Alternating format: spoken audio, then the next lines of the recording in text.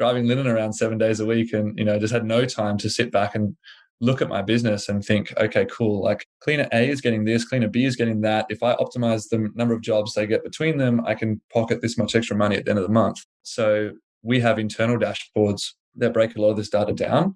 But then with the product, and something Kieran and I talk a lot about, is how do we then simplify that into something that's easy and actionable for someone who's only got, half an hour a day, so to speak, to look at their business and take in the metrics and then make decisions based on that.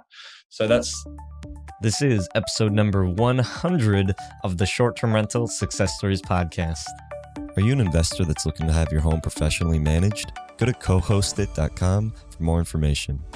Welcome back to Short-Term Rental Success Stories. I'm your host, Julian Sage. This is a show where I talk to hosts about their journeys in starting and growing their short-term rental business. My goal is that you'll be able to walk away with practical information that'll help you become a better host and learn how to scale your business. Like any exceptional host, we all strive for 5-star reviews, so please go on over to iTunes and let us know what you enjoy, as it really helps support the show. If you haven't done so already, go on over to our Facebook group, The Host Nation, to connect with the community.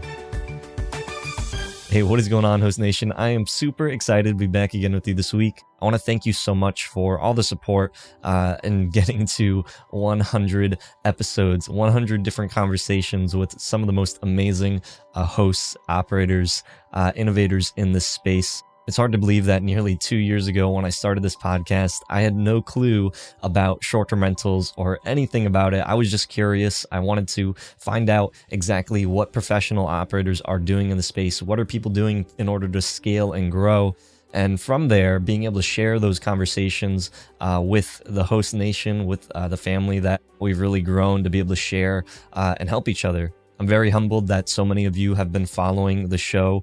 Some of you have been here since the show first started, and there's also a lot of new people that do end up joining us and do go back and listen to all those episodes. So it really is amazing and very, I'm very honored to have so many people just download and listen to me talk and interview and really highlight some amazing operators in this space. I created this show so that way I could really learn what professionals are doing and to be able to share that information. It's been something that I've always wanted to do. I always feel like if there isn't something out there that somebody isn't talking about, those are the types of conversations that I want to bring to light. For those of you that don't know, I've been in the Coast Guard for about 7 years now, and the same thing with the Coast Guard. There wasn't anybody talking about it, about what it's like actually serving in the Coast Guard. So I just decided to start making videos, interviewing other people and talking about my experience in the Coast Guard, having other people share their experience, and to be able to grow a channel just because people wanted that information. And, I don't think that I'm the best content creator out there. I always definitely try to improve, but just because there was that information that was lacking and to be able to share it, and there was people that wanted that information, I saw the same thing in the short-term rental space. So now 100 episodes later, still seeing that there is a demand, that people are wanting this information. And every time that I have a conversation with something, it brings to light something that I never knew before. Or maybe I learned something that I just never knew. So I'm really glad that I've been able to share this journey with you and also creating my own short-term rental success story. But really the most important thing throughout this journey has been you wanting to follow, wanting to listen, to comment and engage with us, hearing your feedback and supporting myself and my partner John throughout this journey is really the most important thing. So I just want to thank you so much from the bottom of my heart for really giving me a reason to keep on going throughout these 2 years. I'm really excited for the next 2 years and what that will look like. And I know that short-term rentals, it's something that I'm passionate about, and I hope that you see that passion in these conversations, in the things that we're doing, in the education that we provide, in the coaching, everything that we do in the short-term rental space. It really is honestly to, provide value, and I hope that you all see that. But with all that being said, today I had the special honor of speaking with Kieran O'Neill and Billy Crock. They are the founders of Hometime, an Australian-based property management company with over 1,500 rentals that utilizes a very unique model, one that I've heard once before. I've heard of one other person, but this is a very unique model in the way that they've grown their portfolio. So in this episode, Kieran and Billy share how they started their management company using this very unique model, and the one that they're still using today in order to scale. how this model is able to grow their management company, create jobs, and also give out free leads. Free leads to people that are interested in growing their portfolio. So a very different model that we talk about, which I'm excited to be able to share with you on this episode. So of course, if you like my show notes for this episode, go to shorttermsage.com/STR100. Or if you like my show notes sent directly to your inbox every week, then go to shorttermsage.com/show notes. With all that being said, on to this week's conversation. Hey, welcome back, Host Nation, to another episode of Short-Term Rental Success Stories. In this episode, I have the special honor of speaking with Kieran O'Neill and Billy Crock. Kieran, Billy, would you please introduce yourself to the Host Nation, let them know who you are and what inspired you to get into short-term rentals? Hi, guys. My name is Kieran. I'm a co-founder of Hometime. We're Australia's largest short-term rental property manager, and we've also now kind of dabbled in the software space. So, I guess it's great to get in front of everybody and say hello. And in terms of the inspiration as to why I'm sitting here, 6 years ago, looking back when I was sitting at a desk, looking out the window and wanting a better life and wanting a better kind of career progression. I looked to my friend Billy and another friend Dave, who's not on this call, and we kind of got together and decided that short-term rentals was the way to go. Airbnb was definitely booming and still is, so it was kind of nice to jump onto that and kind of really start our own business and own our own day. And here we are today, and I'd love to kind of give everyone a bit of background as to how Hometime grew to what it is. So look forward to talking to you about that. Nice introduction, Kieran. Hey guys, my name's Billy. One of the other co-founders at Hometime. And yeah, I guess, 5 years ago, jumped in not knowing what we're getting into with Kieran and our other co-founder, Dave. And yeah, I'm sure we'll get into it in this podcast, but it's certainly been a journey. But happy to be here and sharing our story with all of you guys. Yeah, so just to give a little background right now, you guys started coming up on 6 years. You said 6 years in the industry and scaled up to around 1,500 active units, becoming the top and largest property management company in Australia. Actually partnering with Airbnb in 2018 for expanding into Asia. That's that's quite an accomplishment to be able to scale up to that size in 6 years. Can you maybe talk a little bit about your background? I know that you said just one day you decided to get into short-term rentals. Did you have any background in property management or real estate? Was it education? How could you get into this industry? Three guys and then become Australia's largest management company. No, that's a really good question. Like you said, it's not something that just happens overnight. So I actually grew up, so my dad's run a real estate agency pretty much for 35 years now, I think, coming up. So I've always had that exposure to the real estate industry, mainly just obviously on the long term and the sales side of things. So I've always kind of had that ingrained into me, always had that interest in property, which was amazing. And then what happened was I had moved overseas for about 3 years, moved over to London, did a lot of travel over there, really then started to, use Airbnb a lot and really loved it. So traveled all throughout Europe and then kind of came back to Australia. And that's when, I met up again with Billy and Dave. And, we really saw, or I definitely had that experience overseas and how great that was with Airbnb. And I know, one of the first anecdotes around this was Dave actually went away for his honeymoon and he Airbnb'd his house out. And what happened was he used a local manager and let's say he didn't have the best experience. I don't think the guest did either. And anyway, that kind of obviously sparked a bit of the entrepreneurial juices. And, we kind of got together and saw that there was definitely an opportunity within the space. And I think one thing that, Billy and I and Dave have always kind of, approached the business with is always with a technology first point of view, because we still saw all of these managers walking around with clipboards. Everything was very, very manual, which is fine and it works in a lot of cases. But we also saw that there was some efficiency gains there. So we kind of put that hat on and got together and with all of our limited technology background, we kind of got to a point where we've now built a team of 25 people in the technology space and really have built out some really powerful tools. So it was a journey to get from almost 6 years ago now to where we're at, but it was definitely fun. I was just going to add a little bit of color to that, and because Julian, you asked sort of like what our backgrounds are. So Dave and Kieran come out of the sort of finance world, big corporate accounting and that kind of space. And my background's more on the engineering side. And I think when we sort of jumped into the business, it was certainly our ambition to make it a large business from the start. We weren't looking for a kind of lifestyle opportunity with this particular one. And so it's always been about how do we scale? That's probably the key topic of conversation for the last, numerous years. Which has been a challenge, but I think that was the sort of background. And then at the same time, if you guys remember, around that 2015 time was when there was sort of the Uber for everything was kind of coming around, whether it was cleaning platforms or different business models coming out of Craigslist. And I think we saw particularly those cleaning platforms starting to scale. And I think there was the HomeJoy in the US and Helpling in Europe and a bunch of other ones. And that was kind of inspiration for maybe a platform through which we could manage Airbnb properties and short-term rental properties and achieve the scale that we're looking for. Yeah, like you said, there's a shift in the industry. There was all these platforms as businesses. Airbnb being one of those that kind of came in the 2010 time frame, and now there's businesses today that are being built on top of that. You guys saw an opportunity, 5 or 6 years later. To build that business, and and kind of going off of that though, there was an opportunity there. There was already maybe an established way that people have been managing properties for a long time, which was paper and clipboard. Can you talk about the state of short-term rentals in Australia?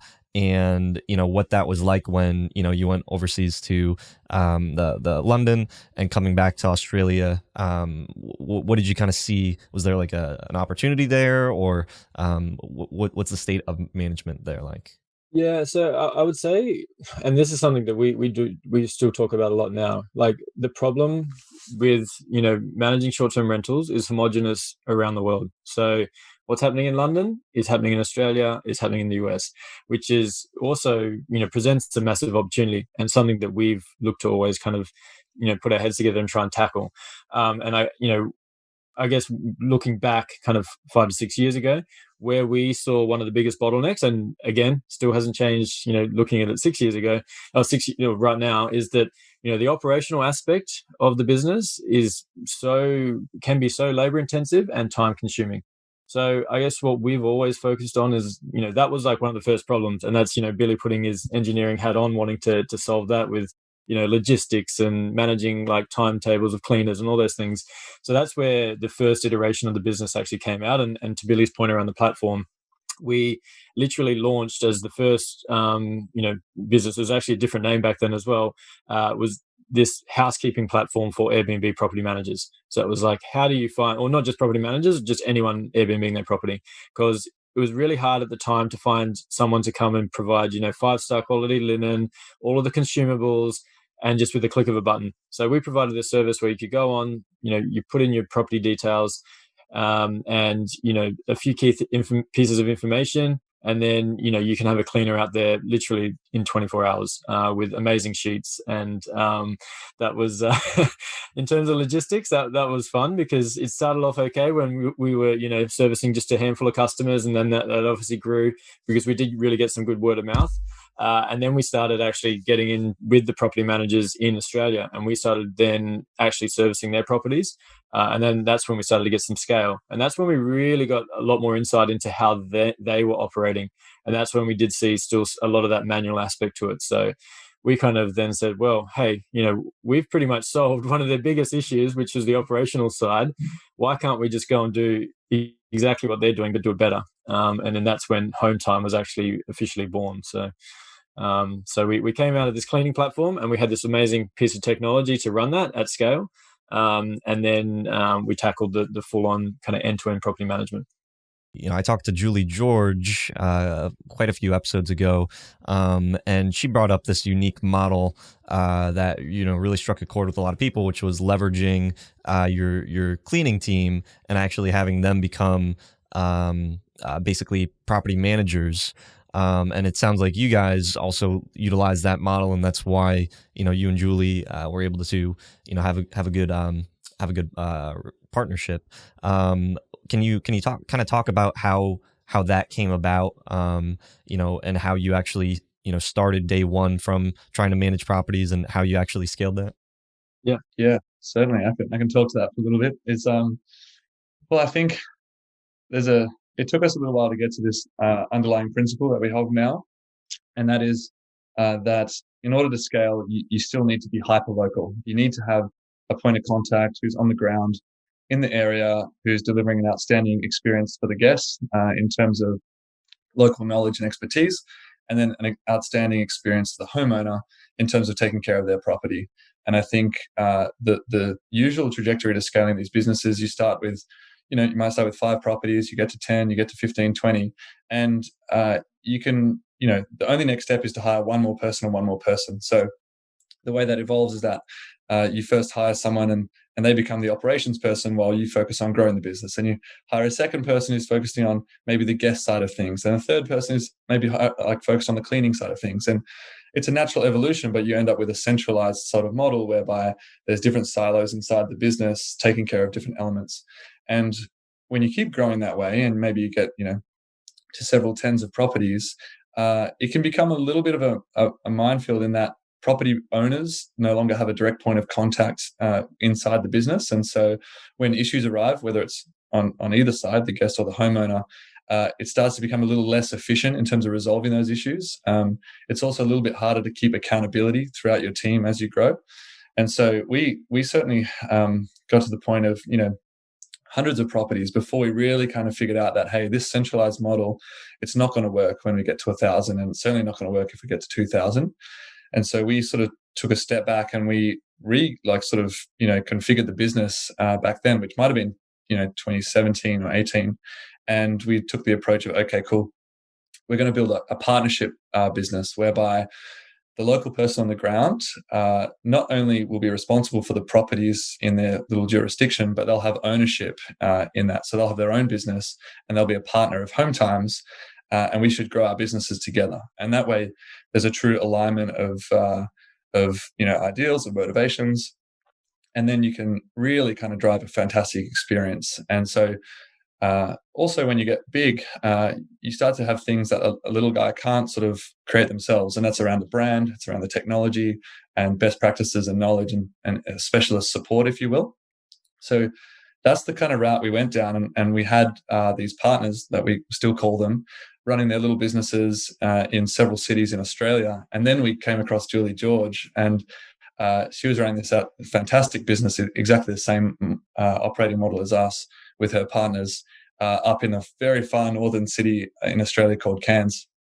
And yeah, as soon as we met Julie, she was, by far not only the only one who was running the same model, but also had clearly scaled much quicker than any other operator we'd come across. I think to Kieran's point before, when we had the cleaning business and were supporting other property managers, we frequently would service property managers that were in one jurisdiction in one city, and they hadn't even maybe crossed the boundaries of a river or the other side of a mountain range or whatever it might have been. They just were super, super local. And so it just kind of struck us that, wow, like no one here is able to kind of scale across geographies. And yet Julie up in Cairns with limited technology, just leveraging Airbnb, had really done a great job of doing that. And then once we formed a relationship, we actually ended up, I'm sure Julie let you guys know, we ended up acquiring Julie's business and we brought her in, and she became a mentor for a lot of our partners. And at that point, it was just a really great way for us to continue to scale, to absorb a company that already had the right structures in place, the right model, and then could really leverage our technology that had been built for that operating model. Was this part of your guys' plan, was to leverage that technology with the cleaning partners, or did this just kind of happen through you scaling your own company and then finding specific pain points that couldn't be resolved otherwise, besides hiring people full time? Yeah, no, definitely a bit of both. So I guess, from the get-go, technology, has always been a focus. So we've just continued to grow our team in that space over the years, particularly probably in the last 12 months really as well, as we've kind of really rolled out and refined our partnership model. So I guess and maybe this sparks a kind of good conversation point was around COVID and I guess what that did to the business. So we were running, as Billy mentioned, this a partnership model all throughout Australia, including Cairns, where Julie was from, and then we're probably still holding on to a few elements of the business on the operational pieces that kind of held us back a little bit from scaling. So we were still in some ways, in some of the other cities, quite responsible for the on-the-ground operations, which meant, if we did want to open a new city or a new location, we did need to kind of scale that out, make sure a team was all over that. And I guess what that did was put the brakes on, we wanted to up to the right as fast as we can. But obviously that was one of the limiting factors.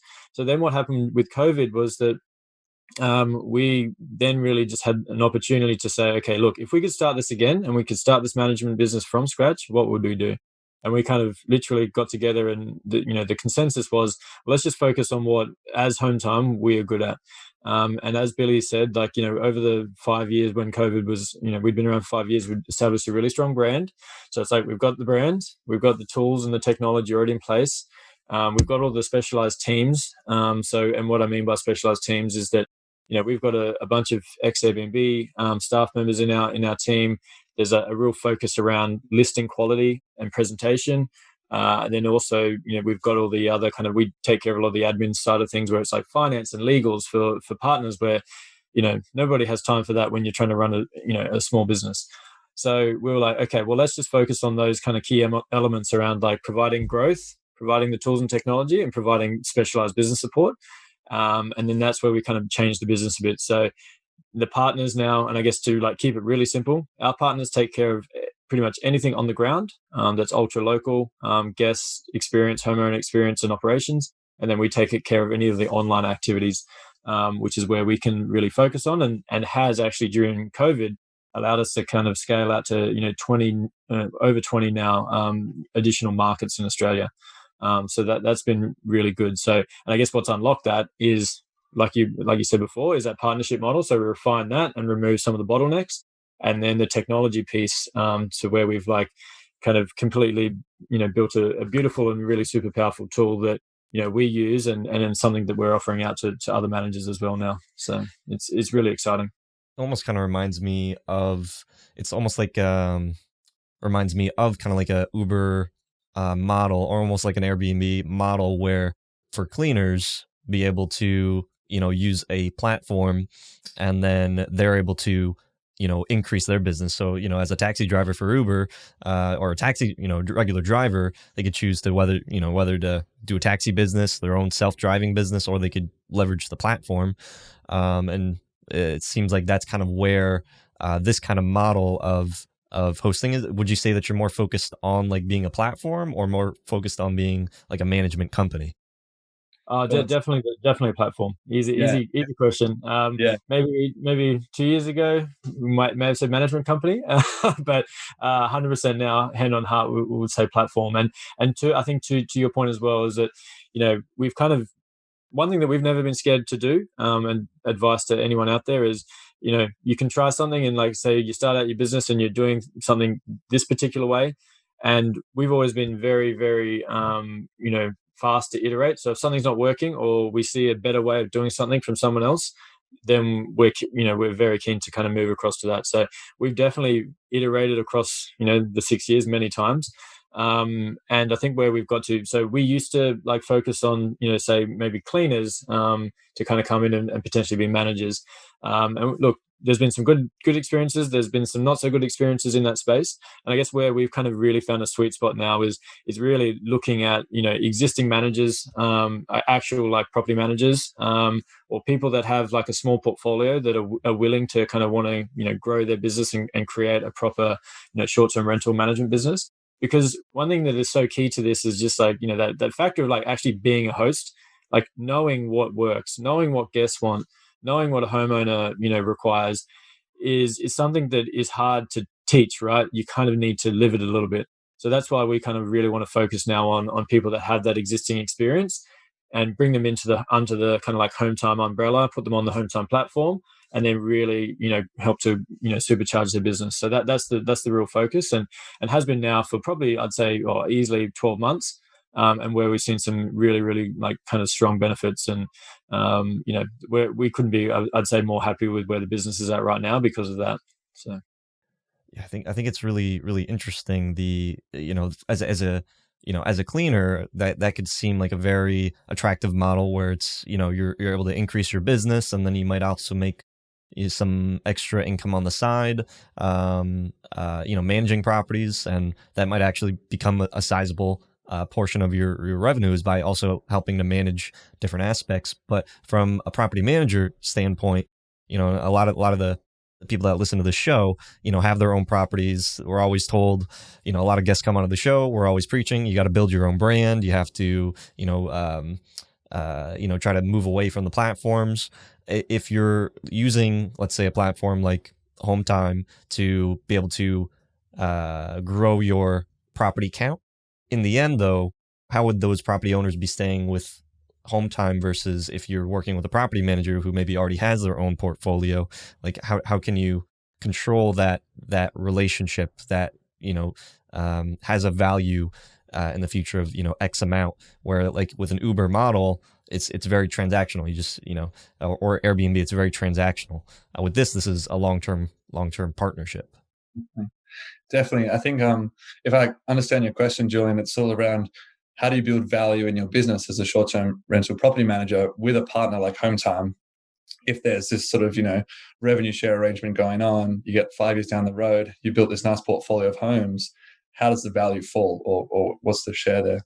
Certainly something that we have been working on, because ultimately, if you want to get good outcomes, you need people aligned in creating value. That no one's going to sign up to a partnership where there's no value at the end of the day.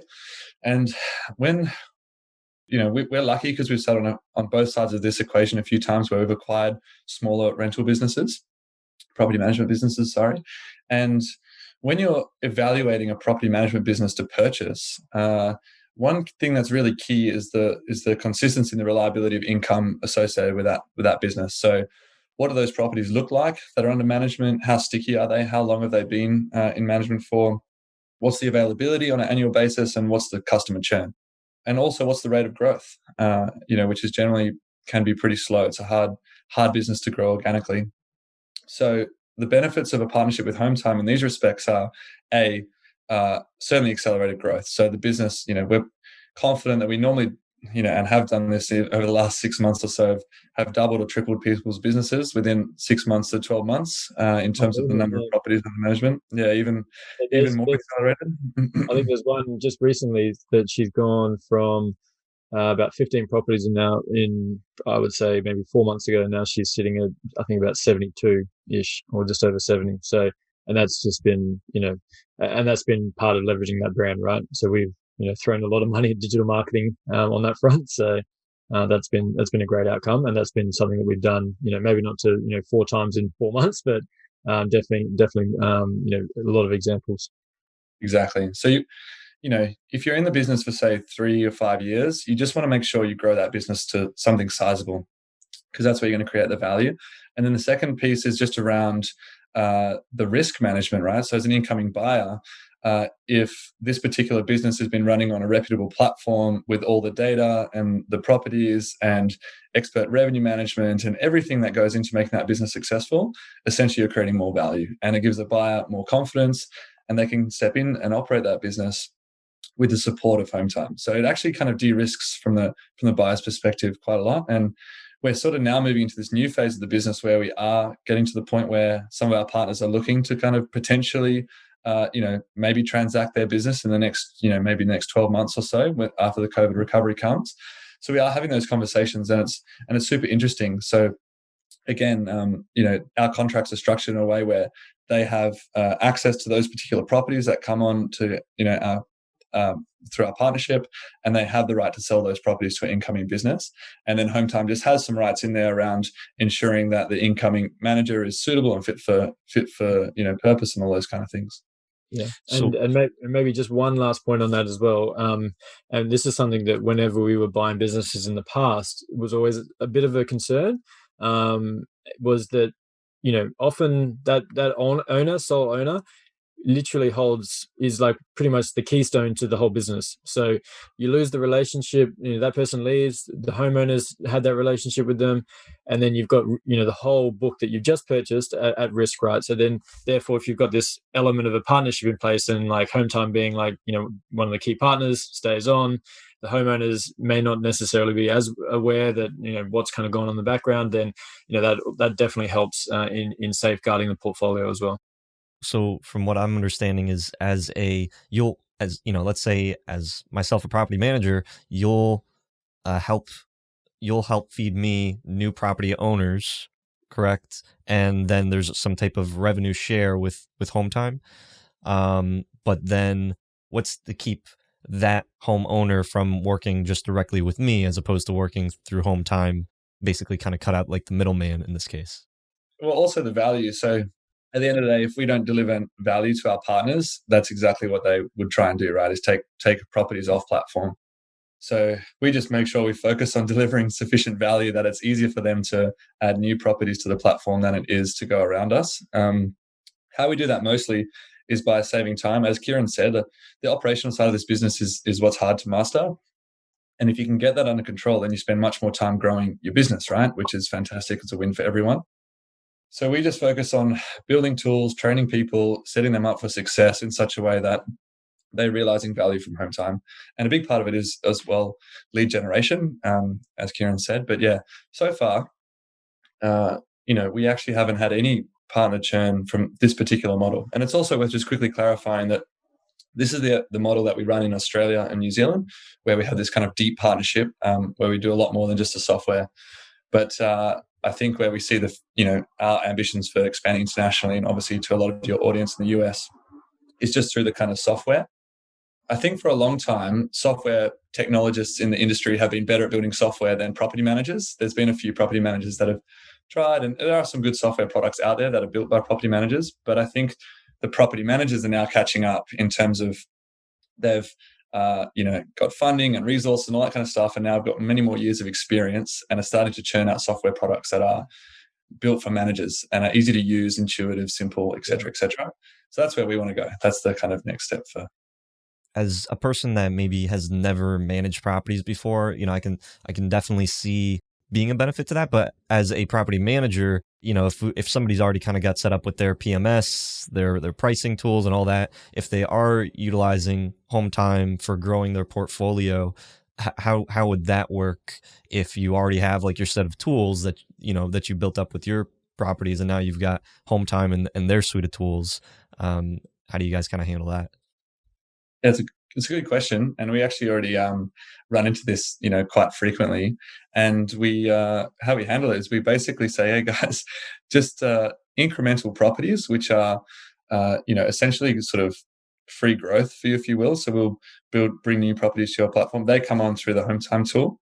So people do end up running a couple tools in parallel, but it's also important to note that generally people in this kind of situation are sort of 10 properties or less. So they're not quite, once you get to 30, 40, 50 properties, you have definitely done a great job of growing your business. You've set up some great systems, and it's much harder to kind of unwind from there. And that's not a weekend job by any means. But when, these smaller kind of operators around that 10 property mark, it's not too difficult often to run a couple of systems in parallel. And as Kieran said, because we have the freemium offering on the software, it's also a cost saving. If they were to sort of migrate away from their current PMS, they use our tool for free. There's a bit of a cost saving there, and there's sort of a motivation to go. But yeah, as you said, it's never pretty unwinding your software package in any shape or form. So you can never dress that down. But again, if you build tools that are easy to use and useful, there's sufficient value to motivate people to jump across. Yeah, and I guess like where and how we think about this moving forward, because we don't want this to be too much of a friction point either, is that we're already talking and got integrations happening with our tool, right? So, whether it's a pricing tool, we're looking to integrate with all the the main players in that space, so that it's quite easy to just flick that across to a new PMS. Obviously, the only thing that we'd look to unwind is the PMS itself. So just we love tools like like Zapier and all those things out there where you can pretty much do anything and everything, and we kind of want to be that as well, right? And just have a list of integrations so that you can really, because what we try to do from the very start was automate the business as much as possible. So if we can then provide that ability to other managers, through our own tool and then through integrations with other leading tools, then that's the kind of route we're taking. So I think at one point, Julian, we had a PMS basically built in Airtable and Zapier, and it was I think there was about 400 properties being managed through that kind of ad hoc PMS at one stage. So we got really good at Airtable. Yeah, Airtable was a great product, and then yeah, we just needed there's a few things that kind of started to break along the way. So that's when we enlisted like a team to build our own tool. So it's been. How many people is on your team? You said 20, 25? Yeah, we're coming up to 25 in our product and engineering team. And then we're still aggressively hiring. Looking for front end devs, back end devs, designers, product managers. Because one thing that, and I hope everyone who's listening has a chance to see our tool at some point, is that we've always, just within Hometime, whether it's just even not even talking about technology, whether it's the collateral that we produce, the the sales documents that we give to homeowners, the pricing estimates, we always have taken great pride in presentation, and making sure that we've always got this design kind of focus.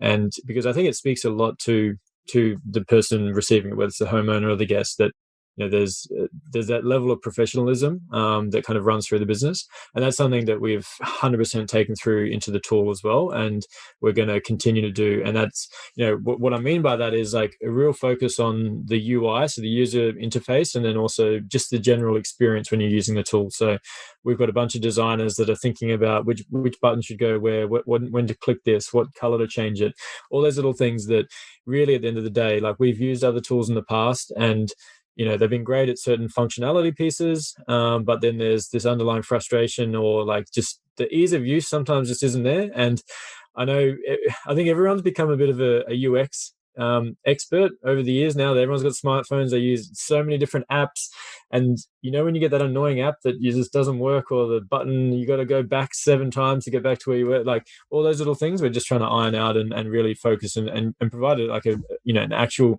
genuine good experience to users of our tool, right? So that's something we're never going to shy away from, which are and that's something that Billy and I love to kind of drive through as well in that tool.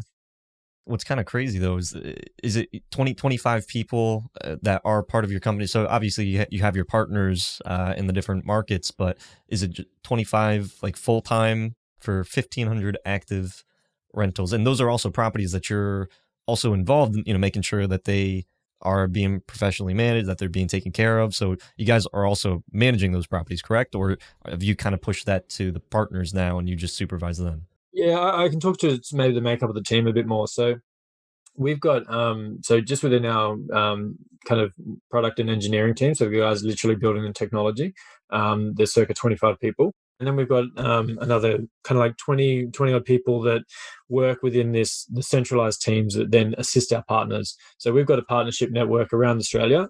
They're actually separate businesses.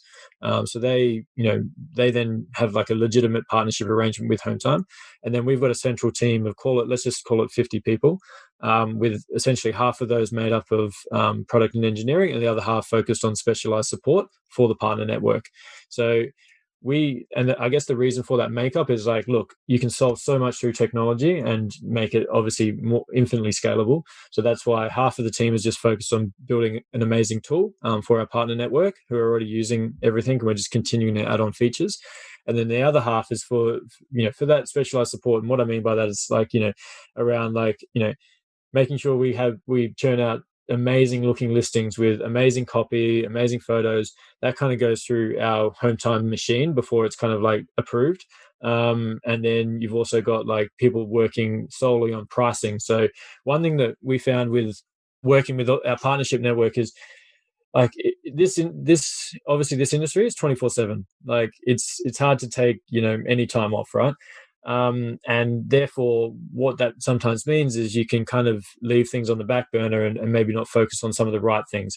And what I mean by that is like pricing is super key to, right, to extracting the optimal kind of benefit from the properties that you manage. So we've got a team and we actually take the pricing away from the partner.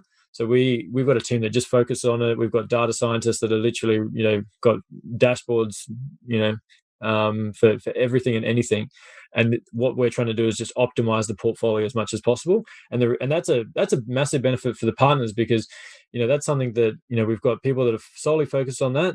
And we're, as Hometime, totally incentivized to drive prices as high as possible and return the most for the homeowners and the partners, because we've got a revenue share arrangement in place. So we don't have like a retainer that they have to pay us. It's just like 100% just revenue share between us. So if they're not performing, we're not performing. So that's also great from the incentivization piece as well. So at which point did you decide to go more focused on this model as opposed to let's say like a franchise model where you just kind of create the Hometime brand into different markets? What kind of transitioned over to focusing more like on a platform as opposed to like a franchise? Main one would be international ambitions. So I think we always hoped and had wanted to get outside of just Australia and New Zealand, and just the legalities of setting up franchises in other countries is certainly a challenge. So the platform approach is the right way to go from there. And I think we're in a semi-unique position. There's definitely other businesses that enjoy this kind of position, but having these teams working with the partner network directly and working on things like efficiency optimization, or how to calculate your cleaning margins, and making sure we're doing the best we can there, as Kieran pointed to, optimum listing generation, optimum pricing strategies. Because we have that in-house expertise, that's finding its way into the platform. And so the idea, hopefully over time, is that the platform starts to promote the best behaviors or the best kind of approach for property managers. And as Kieran said, property managers are so busy. When we were doing cleaning, I was driving linen around 7 days a week, and just had no time to sit back and look at my business and think, okay, cool, like cleaner A is getting this, cleaner B is getting that. If I optimize the number of jobs they get between them, I can pocket this much extra money at the end of the month. So we have internal dashboards that break a lot of this data down. But then with the product, and something Kieran and I talk a lot about, is how do we then simplify that into something that's easy and actionable for someone who's only got half an hour a day, so to speak, to look at their business and take in the metrics and then make decisions based on that. So that's the ambition for the platform, and that's why the platform approach, in our eyes, is the right way to go, because I think we can hopefully channel all that learning and that expertise into such a platform that really does help people grow their businesses successfully. And then of course we can work with many more people as opposed to a franchise model. So with this, let's say there is someone that's interested in partnering with your company, and they want to start taking on more listings, start doing the cleanings, and then also manage properties for that particular person. That, let's say they're not able to perform as well. Maybe their cleaning just isn't maybe up to that 5-star, or maybe their communication isn't that well. But you already have, maybe, I guess, with that first, because the other thing that I would be thinking of is like what comes first, the properties or the cleaner. But maybe just to talk on the cleaner, let's just say in this case, how do you handle that?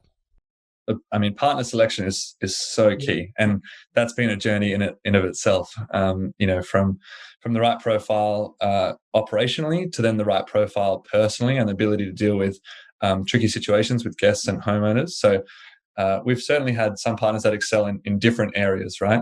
But generally what happens is we are keen for the partner to grow as quickly as they can. And it happens to every single partner, actually, is that they grow and grow, and then they get to a point where cracks start appearing and the reviews start to go down, and homeowners start to, because we take NPS scores of our homeowners periodically, etc. So you get that feedback of like, okay, cool, what was a 4.75, 4.8 operator is now a 4.65, and the homeowner scores have dropped a little bit. And that's exactly the kind of trigger points where we get involved. And it's like, hey, cool, let's just maybe cool the jets a little bit. Let's maybe ease off on the growth for a couple of months, and let's consolidate the business. Let's make sure that, everything's working smoothly again. And once those reviews come up, let's move to the next phase of growth. And a lot of that is around staffing. So what you'll find is small businesses, again, you don't have many resources. So hiring people is a really big decision. And so, of course, we all push it out as far as we possibly can. And then you see those kind of cracks appearing. And then often it's an additional resource, it's some kind of resource management in that business. And it could be another hire. It could be like a virtual assistant of some kinds. Like I think with Julie, we helped that business with some of our team based in the Philippines who are exceptional. And so then you kind of fix that kind of structure within the property, and then we go again. Sometimes, of course, there's people that maybe lose interest and that it's not their kind of passion. They don't want to do it for years and years, and that's also fine. And so we just manage that transition. And it's normally a pretty honest conversation. Hey, I don't see myself doing this in 12 months' time. What does this mean? Okay, cool. Let's find another partner to kind of absorb those properties. Hey, this is Julian, and I wanted to be able to give you our newest book, Airbnb Secrets Revealed: How to Build a Fortune on Airbnb Without Owning Property. In this book, we talk about the concepts of rental arbitrage investing as well as co-hosting and how you can build a business leveraging other people's properties. This book is perfect for the new short-term rental investor, and it's something that I wish that I had when I first started, as it would have saved me a lot of trouble and helped me to understand how to be able to leverage the power of short-term rental investing in your own real estate portfolio. If you'd like to get our newest book completely for free, go to shorttermsage.com/free book. Now, back to the show. The thing with, let's say, Airbnb or Uber, any of these types of platforms, is that if someday I just decide, like, I don't want to drive Uber anymore. Like I quit. I did it one day. This was nice, but I don't want to do this. When you're talking about managing other people's properties, though, I mean, this is like you said, this is a business. You have a team, you have to hire people, and that's going to affect your income. You can't just not wake up one day and decide not to do this business anymore. But your guys' name is also tied to these properties. There's some type of how are you guys managing, maybe people that just have never really anticipated or didn't expect to grow a business, or just can't, perform as well? Yeah, no, that's good question. I think we've learned this over the last probably a few years, that we've been kind of running this model to a certain point. And it comes down to, I think, a point that Billy made was around partner vetting. So the selection process is, it's not an open platform. So it's not like you can just go and sign up to Hometime on the website and you're a partner and we start sending you leads, right? You need to go through interviews. We need to understand your motivations, where you're trying to head with this. So that's really helped us, I guess, protect, and why we do have a really strong base of partners. Because, where we're kind of looking to do is if we can get a partner to 50, 60, 70 properties, that's kind of, the ideal kind of outcome, right? So we don't need to go and have thousands and thousands of partners. We obviously hope to do that sometime in the future, but right now it's just around okay, let's really find this ideal kind of partner, which we've got a team now focused on. And I think you'd mentioned a couple of times around cleaners, which is something we probably focused on a while ago now, and something where we did actually see some of those points where they probably weren't performing amazingly well, because maybe when it came to great on the operations, maybe not so great when it comes to issue resolution with homeowners or guests. So that's where we've now focused on maybe say an existing superhost, or someone with some amazing little kind of property management business who's struggling to grow, and then that's when we kind of come into play. And so therefore their motivations in some cases are already kind of set, and we can work with them. But if in the case it does somehow break down, we do, like Billy said, we work with them to make sure we get the best outcome.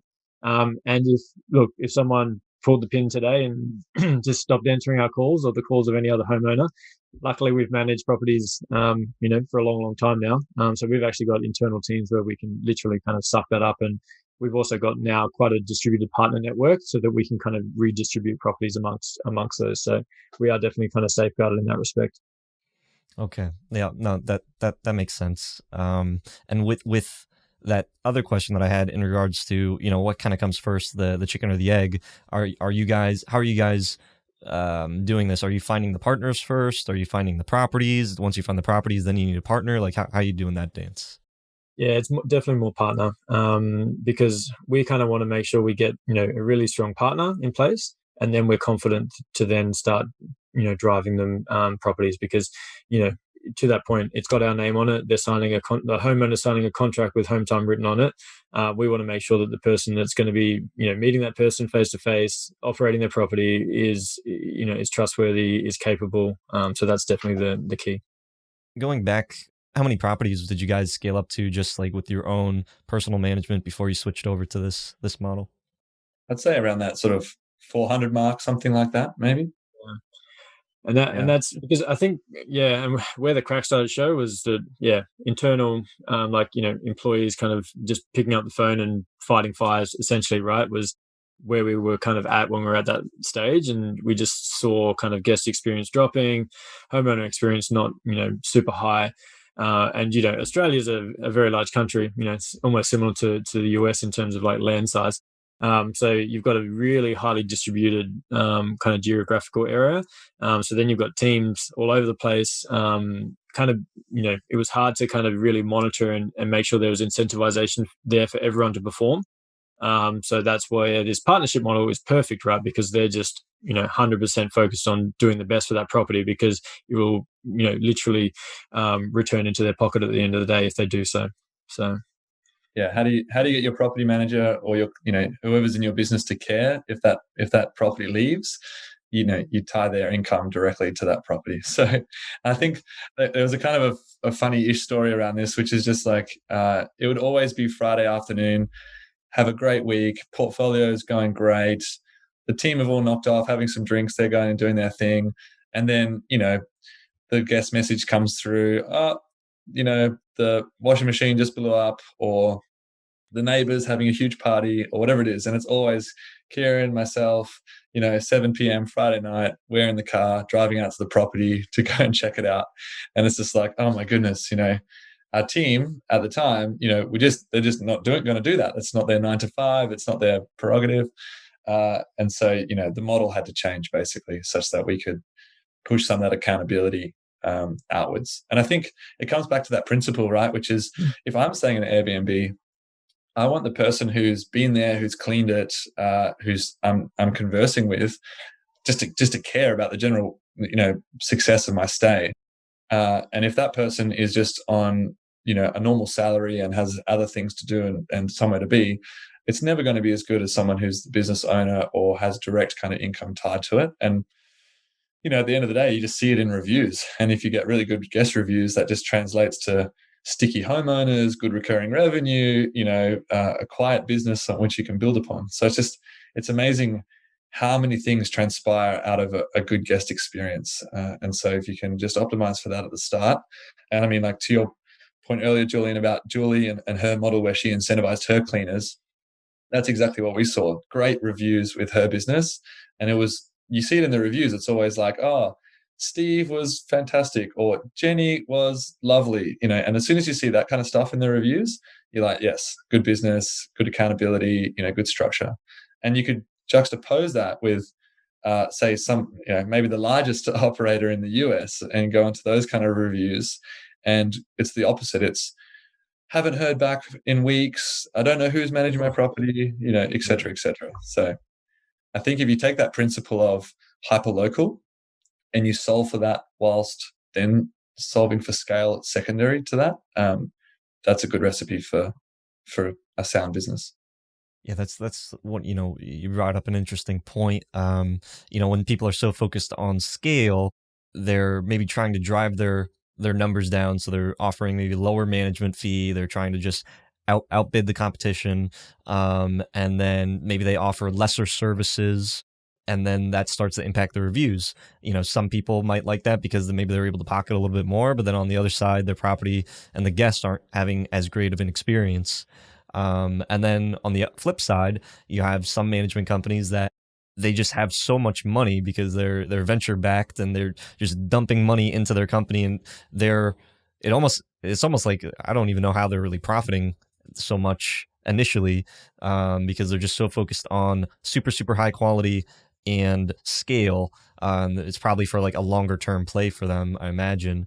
But what you guys are doing, is this something, as maybe even an operator that isn't utilizing Hometime, that just wants to be able to leverage, their cleaners as partners? Is this something that you see as being a more scalable model, or is this something that requires a lot more logistic work? Because you guys transitioned from being that property manager that was just trying to scale to switching over to this more unique model. How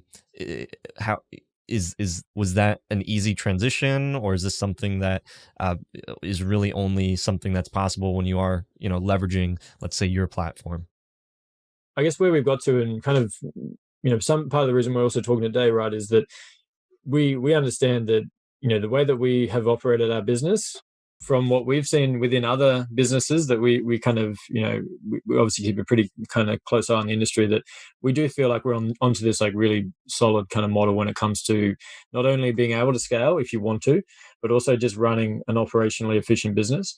So I guess what we've then taken is like, okay, yeah, how do we actually provide that to the ecosystem outside of our like Hometime umbrella, right, within say Australia? And that's where we've kind of produced this PMS tool that, unlike other tools where it's focused on like maybe a some sort of automated messaging kind of feature or something like that, we do really focus on how do you actually use this tool to scale your business. So we don't just focus like, yes, we've got automated messaging, all those types of things, like you need that, right? But then also like huge focus on the task management side of things, because we just know how important that is to get right and also to save time. And I think we've probably got the most sophisticated kind of task management piece out there. And then really then also other things that other maybe tools don't necessarily focus on when it comes to running your business. It's like making sure you're on top of your finances, right? And no one's got time for that. No one wants to reconcile their bank account. No one wants to think about paying homeowners, or like not just paying homeowners, but like doing the statements. Like we've automated all of that because it is super important to be on top of that, because to run a successful business, you need to definitely know your numbers. And then we've also then designed the tool, which I think is relatively unique within the ecosystem, is around how you can work within teams. So we've created like a really like we've kind of taken the best of other kind of platforms out there like Slack and other things, and made it super customizable, so that we know, like, speaking to all these managers, everyone operates their businesses slightly differently, right? They might have a cleaner that maybe does some guest comms and does some few other things, or a maintenance guy that does a few additional things on the weekend. So we've created it so you can customize roles within our tool, so that you can give that power to whoever that is. And then we've also like built in like a really powerful, like what we call like a essentially like a property CRM type database, where you can keep literally everything, anything about a property, whether it's like insurance information, utility information, all that kind of stuff, in a really nice kind of interface, where if you want to have a VA over in the Philippines or any other country, they've got everything at their fingertips, all the information that they need to accurately report back or communicate with the guests, right? And it just helps to kind of like solve those issues. And people who do want to scale and they need to like do it in an efficient manner, whether it's like cost effective, and they do go offshore for staffing, our tool plays really nicely with that, because that's how we built our management business, was building a really strong offshore team. And you need that like tool where there's this central body of information in order to do that successfully. And that's what we, I guess, provide with our CRM. And that's all. And I guess what we've also done is then like, looking back when we were starting out and, scratching around trying to work out how we grow this business, we do provide a really powerful free version of our tool, because essentially we know how hard it can be, particularly when you're starting out and you're growing from 2 to 4 to 6 properties. Having the best systems in place is very key in order to do that, right? And that's where we kind of want to try and, whatever we've learned over the last 6 years, we've tried to build the best bits into the tool to try and help people structure their businesses in the right way, so that you can actually run this at scale if you wanted to, right? And you want to get to 50 properties. So that's how we've kind of taken the approach of how we built the tool. I get it. Yeah. So you guys are trying to create like a business in a box. Like you get everything that you need, but you're also helping to give people leads. But then there's some type of revenue share in that. No, that's really, really, really interesting. But the one thing that do you guys also do, the big thing in the management business is hiring the right people. So, cleaners. It's a lot of managers struggle with that, whether there's just not enough cleaners in the area, or you're going through cleaners because maybe they're just not able to perform up to your standards.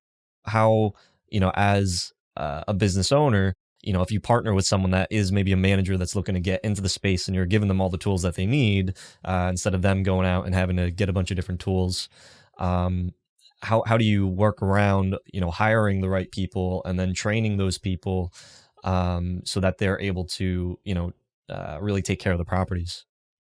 I think it's certainly, no doubt staffing is like one of the hardest things, I think, in these businesses.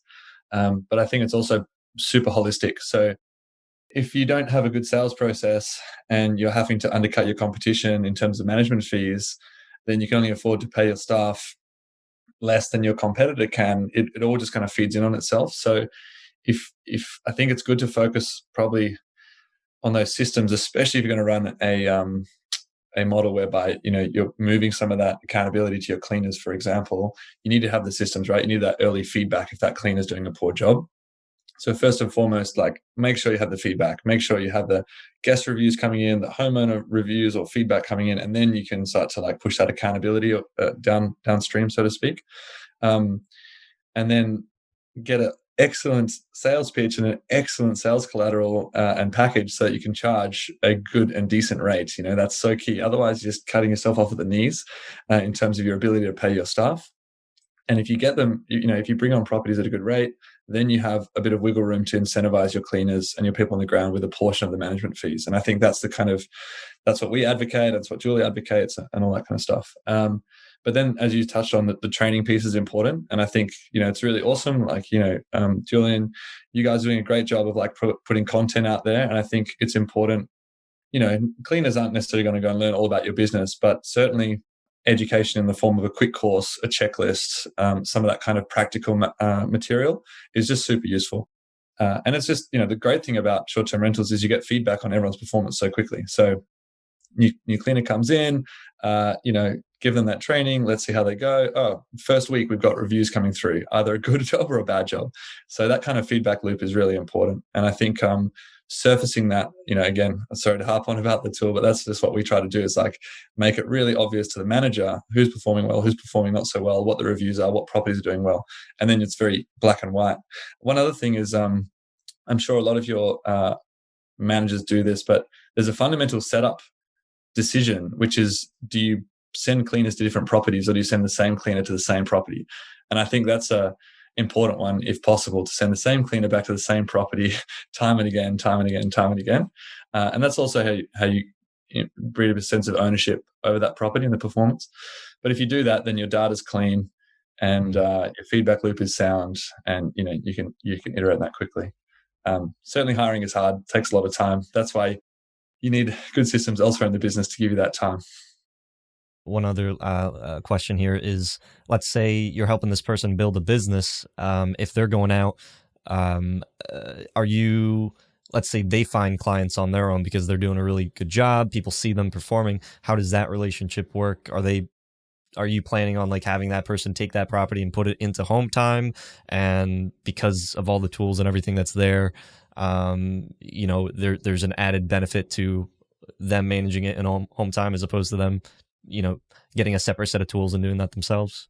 It's, you're distilling all these questions that we've had over the last kind of 12 months and 2 years into an hour, which is good. So we get that question all the time, and we've had that scenario come up, right? So I guess the way that we've solved that, because, word of mouth, particularly like at that local level, is super strong, right? As you said, that people talk at a barbecue, they say, oh, I'm earning this much money from my unit around the corner. And then, oh, how do you do that? And obviously that's how a lot of these things can spark, right? So we don't want to kind of take away from the partner in that respect. So what we actually have in place is a referral arrangement. So, obviously we send you our leads through our marketing initiatives, and that's pretty straightforward to deal with. Anything you bring across from your own kind of business development, whether it be word of mouth or whatever that is, we have a referral portion paid, and it's essentially similar to what we would pay in digital marketing spend. So it's a very, I guess, like attractive amount to the partner. So there's definitely incentivization for them to bring that back through into the Hometime network as well. So not only do they get obviously the benefits of the all the other things we already discussed, but then there's also that monetary side as well. So you're giving them a commission in order to take some type of revenue share. So it's like almost like if they were a publisher and they decided to get the portion of the money up front, you guys are basically doing that. Yeah, right. Exactly. And we just pay, the way that it's paid is just slightly over like a deferred period. So we pay a portion up front, and then after like 3 months, once, assuming that property's still on, then we pay the remaining amount, just so that there's no, someone might come on for 2 weeks and then drop off. So it's just the best way, because we think word of mouth is, again, one of the best ways to grow your business. So incentivizing people to make that sell. And also I think we found that property managers are not always the best salespeople. They don't like to boast at the barbecue and all that kind of stuff. So sometimes that little push is kind of useful, and also pair that with good sales collateral if possible. How do you guys plan on, there's a lot of tools out there right now, especially, it seems like right now in the short-term rental space, every tool is starting to incorporate other aspects. One of the notable ones is like Guesty. Guesty's trying to do, all these different aspects where they have like a VA team where they can call in and, they can offer some type of support. How do you guys plan on really growing or differentiating yourself when you guys are taking a portion of the revenue, when these people they're taking, I think Guesty is like 1% or something. I'm not sure how you guys structure your partnership model, but how do you plan on really kind of going about that? There's probably two differences to what we're talking about. So in Australia, when we run our full kind of partnership model, where we're providing leads and all the specialized support, that's where we have a separate kind of revenue arrangement in place. But for our software only platform piece, where we're kind of, because I guess right now we're set up to run that full partnership model in Australia and New Zealand.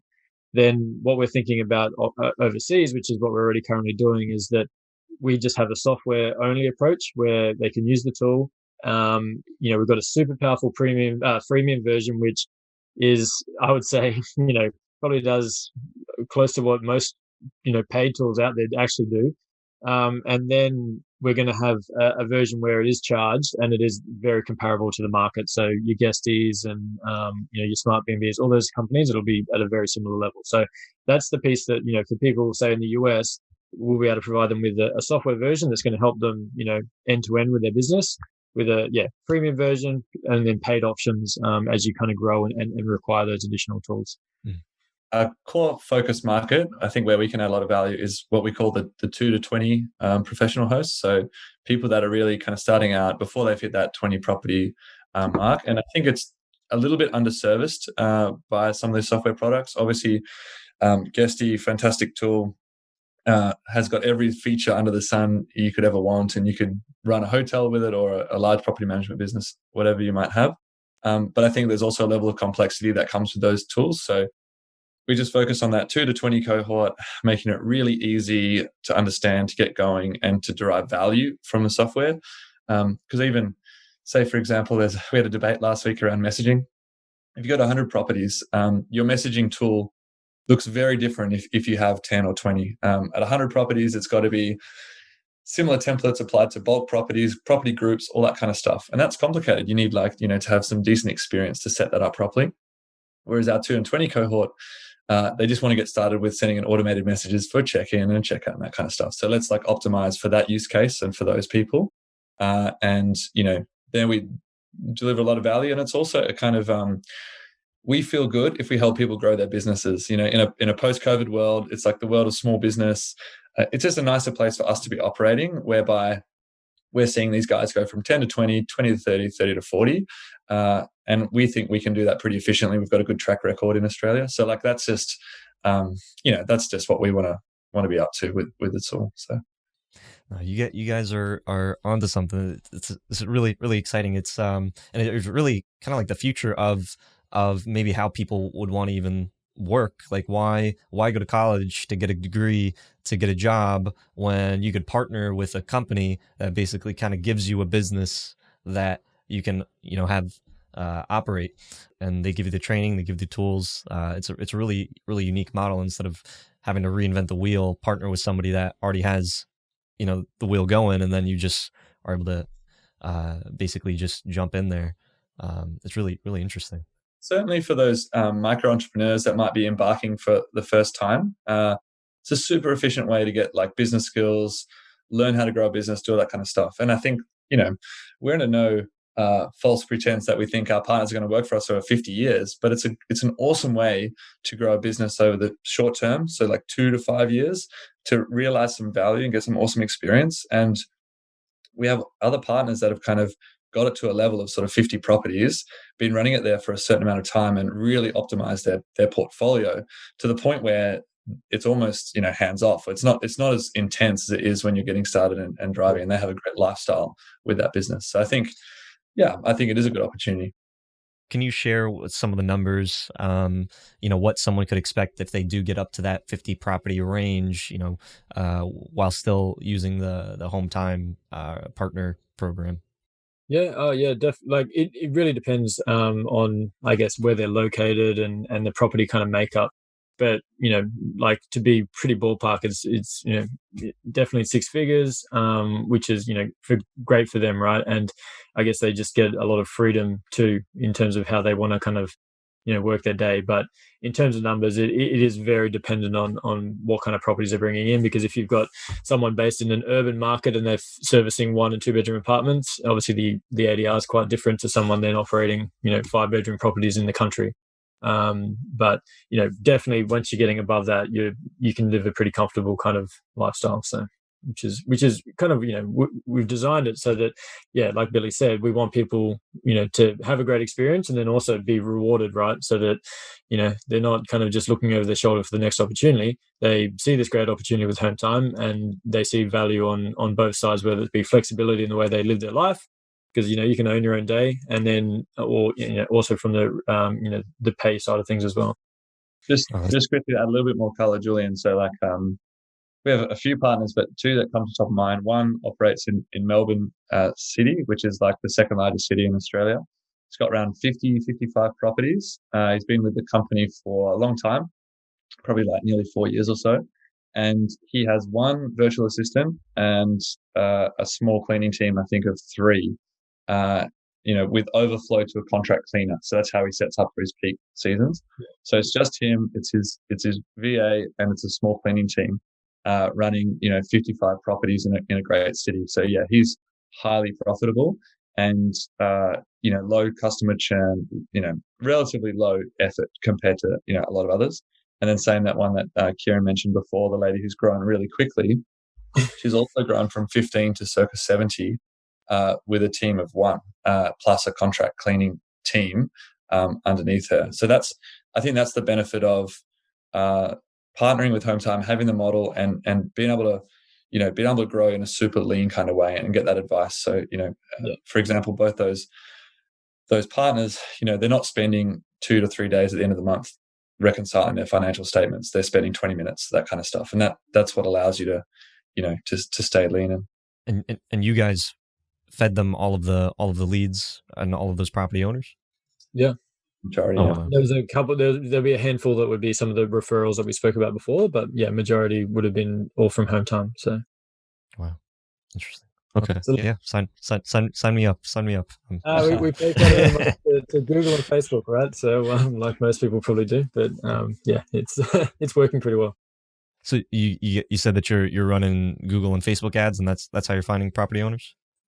Yeah, like vast majority of growth is driven digitally, right? Everyone's these days you don't do anything without jumping on the web and doing reviews or searching pretty, like Airbnb property management, whatever location. Like, it's all pretty straightforward these days. So it's where we find most of our customers.